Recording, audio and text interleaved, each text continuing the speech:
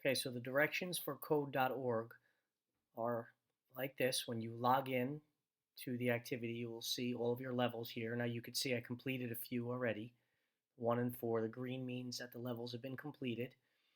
Okay, so the digital citizenship and the sequencing are pretty self-explanatory. Um, what you'll do is when you click a level, you can read the directions up top. They can play the directions to the students. And what you want to do is you want to get the squirrel to the nut by using the direction arrows. So I will want to go east 1, 2, 3 times. And it shows you the number of blocks you should use. So east, 1, 2, 3. You connect it like a puzzle. And then south 1, south. Now if I make any mistakes, I want to grab the arrows and I want to drag them into the trash. But if you think you're ready to go, you click on run. And the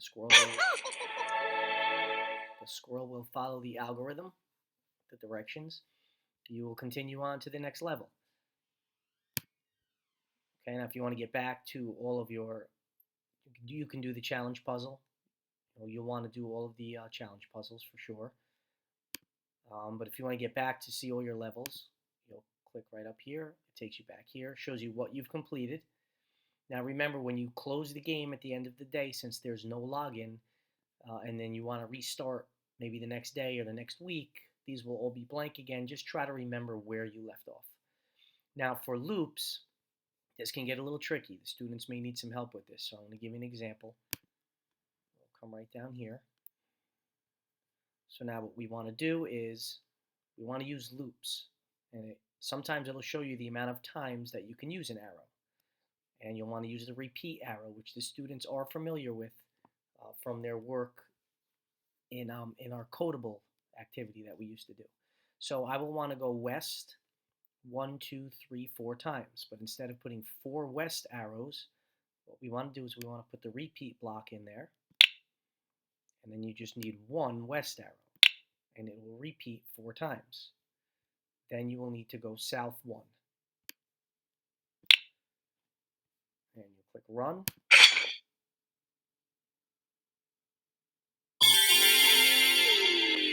Okay, now Mr. Fratt made a mistake. So what we'll want to do is throw all that away, reset the game, and start again. What Mr. Fratt forgot to show you is that you'll have to west and then get. You'll have to go west and get 4 times. You'll have to pick up the diamonds. Then you'll want to go south 1. And then you also need to finish it with another get block because you want to collect the diamonds.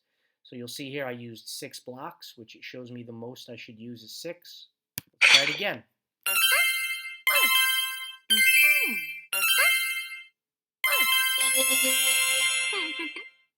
And then continue. And that is how you do loops on code.org.